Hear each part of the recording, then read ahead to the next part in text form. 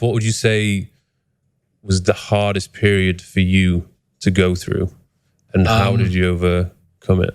Well, my dad dying was the hardest part for me and Andrew to go through ever. But what you have to understand with things like that is you don't actually have a choice.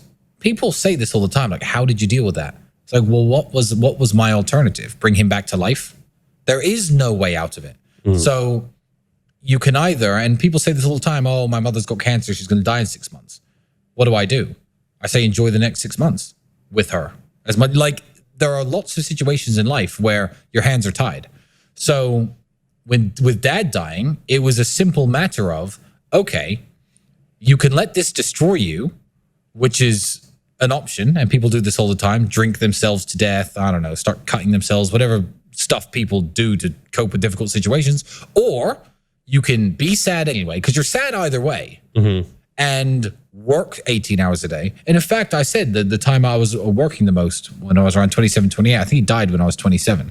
So you can work 18 hours a day, not let anything distract you, and stay focused on the mission. So that way you have less time to think about it, and you could be sad while you're working. And then, you know, when you start to come to terms with everything, you've got millions of dollars, as opposed to, oh, I've come to terms with everything, but I'm in a rehab clinic. So I think that bad things are going to happen to your life. And everyone watching, this is the sad truth of it. Your parents are going to die too, before you. I mean, most of you. So that is going to happen. So I didn't really see why it was difficult. As much as it was unpleasant, I don't think it was difficult because there isn't a way out of it. So that's the best way I can describe it. You could be a sad winner or a sad loser. So go and win every day. I guess everybody takes it differently, but I've never been the type to, you know, mope about, be depressed, complain. Yeah. If anything bad happens in my life, I just get on with it. And I think I can thank my dad for that, because he's been an amazing role model. Because when I was 11, I lost my mother. Yeah. So he lost his wife. He also lost his brother, who committed suicide a couple of years after that. Didn't have any parents. So he'd gone through a lot of shit, but he never complained.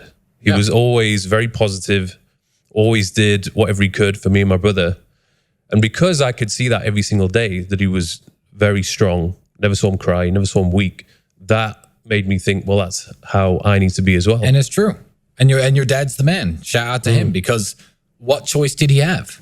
If he had played it another way, it wouldn't have brought his wife back, but it would have viewed the way his sons saw the world, and it would have viewed the way his sons cope with trauma and bad things happen to him in a very negative way. So he did exactly the right thing. And that's exactly what I'm talking about.